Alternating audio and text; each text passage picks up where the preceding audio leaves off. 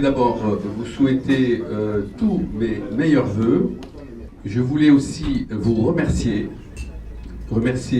tous les membres de FIAPSI France et nos invités pour votre présence d'abord, pour votre régularité, pour votre assiduité, pour votre soutien, pour votre solidarité. Vraiment, vous avez toujours été extraordinaire. FIAPSI is a very peculiar organization in the sense of multidisciplinarity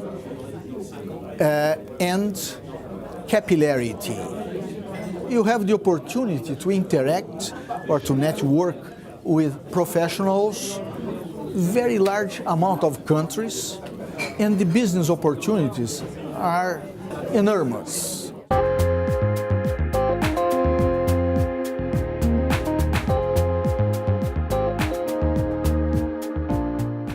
Le thème de cette émission ce soir, on va faire un bilan 2015 sur le marché de l'immobilier et essayer d'avoir, on va dire, espoir ou désespoir, voir un peu comment se prononce cette année 2016 et sous quels auspices elle se prononce. On démarre positivement l'année et la France continue à être le marché que tout le monde regarde dans le monde entier, où tout le monde a envie d'investir et de bénéficier de cette culture française.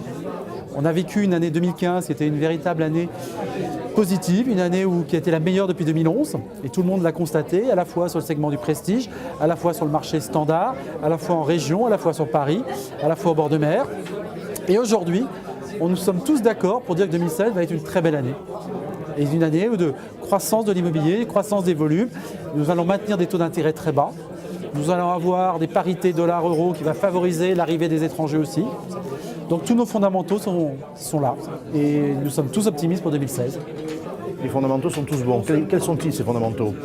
Ce sont des mesures, des dispositifs, des dispositions financières, fiscales puissantes. Un nouveau prêt à taux zéro élargi, ouvert à l'ancien, mais encore un dispositif Pinel pour l'achat dans le neuf, mais aussi un certain nombre d'aides pour la transition énergétique, la rénovation, elles ont été citées, un paysage juridique stabilisé, un niveau de coût du crédit extraordinairement digeste, et puis le moral.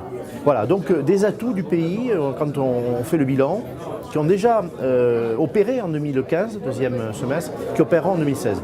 Et puis deuxième chose qui m'a vraiment beaucoup intéressé, quand on écoute quel regard ont les pays étrangers sur notre patrimoine, sur l'attractivité de l'investissement en France, on se dit qu'il faut arrêter ce défaitisme, cet abattement permanent. Les professionnels, ils ont une vraie responsabilité, qu'ils arrêtent de ne pas voir les atouts de leur marché, de leur métier et de l'immobilier français.